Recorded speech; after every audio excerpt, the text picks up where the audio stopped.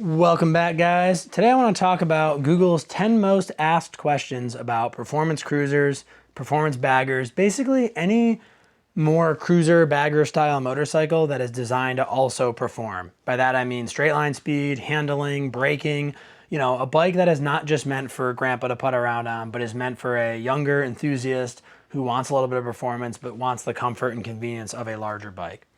So the first question is Lowrider S versus Indian Sport Chief, which is better? Well, define better, but I've ridden both fairly extensively in the scheme of things. And the Lowrider S has notably more lean angle. It's a little bit more powerful, a little bit smoother. The Indian Sport Chief is very respectable as well, though.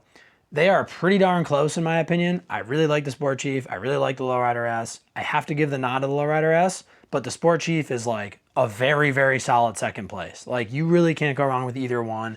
I think that if the Sport Chief just had a little more ground clearance, I'd put them neck and neck. I really like both the bikes. So I'm talking 5% better Lowrider S. It's not much. Question number 2, what is a performance bagger? Well, a performance bagger, I would say, is a bagger that has, very purpose-built braking, brakes for performance, right? So a bagger is super heavy in the scheme of things. So it's got to be something that has like a Brembo brake type setup or just a good solid dual front rotor setup. A very good suspension to handle all the weight, generally inverted, doesn't have to be, something like Ohlins, whatever. Taller suspension, baggers don't typically have the most lean angle, so a little bit taller suspension would make them more performance oriented.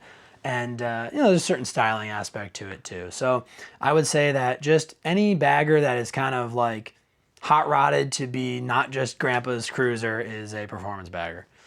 And it doesn't necessarily have to be a ton of power. It's more the handling and braking and kind of the feel of the bike, in my opinion. Question number 3, does a Sportster S handle like a sport bike? Absolutely not. Sportster S is kind of long and wide. It has a big front tire. It doesn't have like the best ground clearance. It's more comparable to a naked bike for one than a sport bike. But compared to like an MT-07 or an MT-09, the Sportster S is just not in the same league as those bikes. It just doesn't handle as well. It handles okay, but it's not set up to handle really properly, in my opinion, for a sport bike, sportier bike.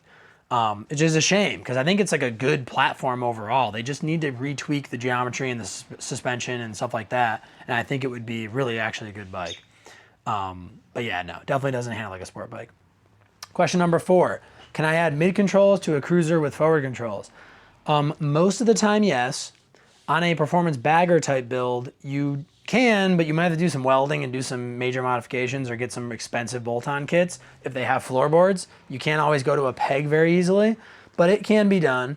Most like regular cruiser style bikes, you can pretty easily add mid controls.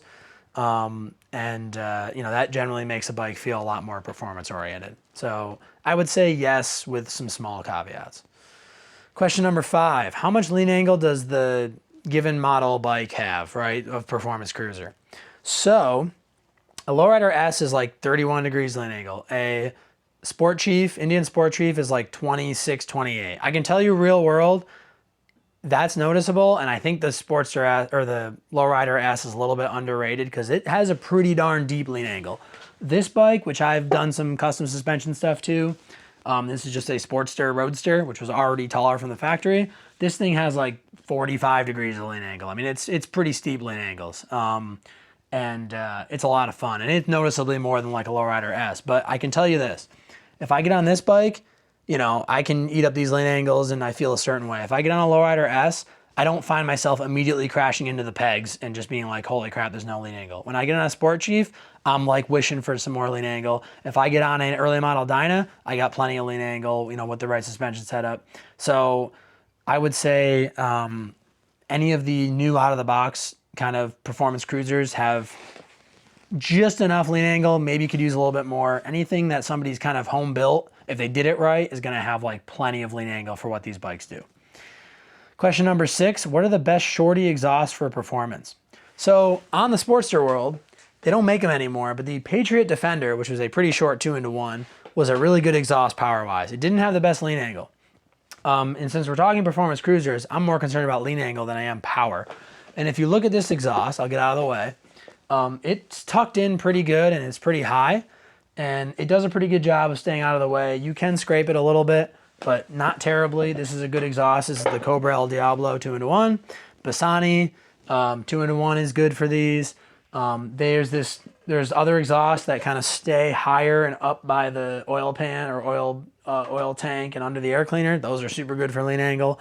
I would say that all of those things are good for a performance cruiser. And as far as like shorty 2-in-2 pipes are concerned, anything that just is not low hanging, especially in the rear. So typically exhausts hit in the back when they're hanging low. So like thunder headers are awesome. I love thunder headers. They're not great for performance cruisers though, because when you lean, you'll smash the bottom of that thunder header. So just, there's really not a one answer here, but just anything that sits up high. Question number 7, is the Buell Super Cruiser actually coming out in 2026? I don't know. I think it did. I think it came out. I don't know. I'll add a note here if it came out.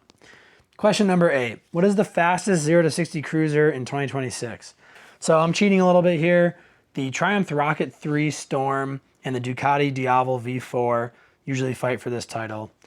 They're both sub 2.5 seconds apparently. I don't know that those are, I mean, I guess they're cruisers. I'm thinking more, they're pretty aggressive cruisers though. They're like almost naked bikes, I feel like. You know, maybe not the Rocket as much, but in this realm, just as a rule of thumb, any of them, if you get a good clutch dump at the start, they'll be sub 4 seconds. And that's for a performance cruiser fast enough in my opinion. Question number 9, should I upgrade to Ohlins or Legend suspension?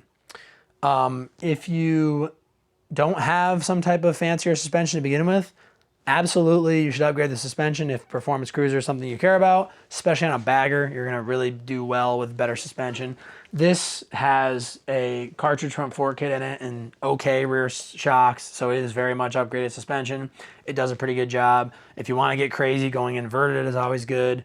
But yeah, if you want a true performance cruiser, you're going to have to either upgrade the suspension or buy something with some sort of upgraded suspension to really get the most out of the bike.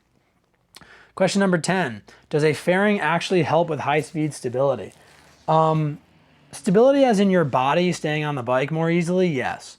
If it's a fork-mounted fairing, kind of no, because you're kind of moving your forks around from the wind because that fairing is going right into the steering of the bike. If it's a frame-mounted fairing, and like they make FXR like copy frame-mounted fairings, FXRT fairings for these, and Dynas and stuff, then yeah, they'll generally help because they'll kind of shape the wind around you and it's not just blasting into the random shapes of the bike. But I've never found fairings to be particularly helpful or hurtful. They're just kind of there to make the rider more comfortable, not necessarily change the characteristics of the bike. So I would say do the fairing for you and not necessarily for the handling of the bike.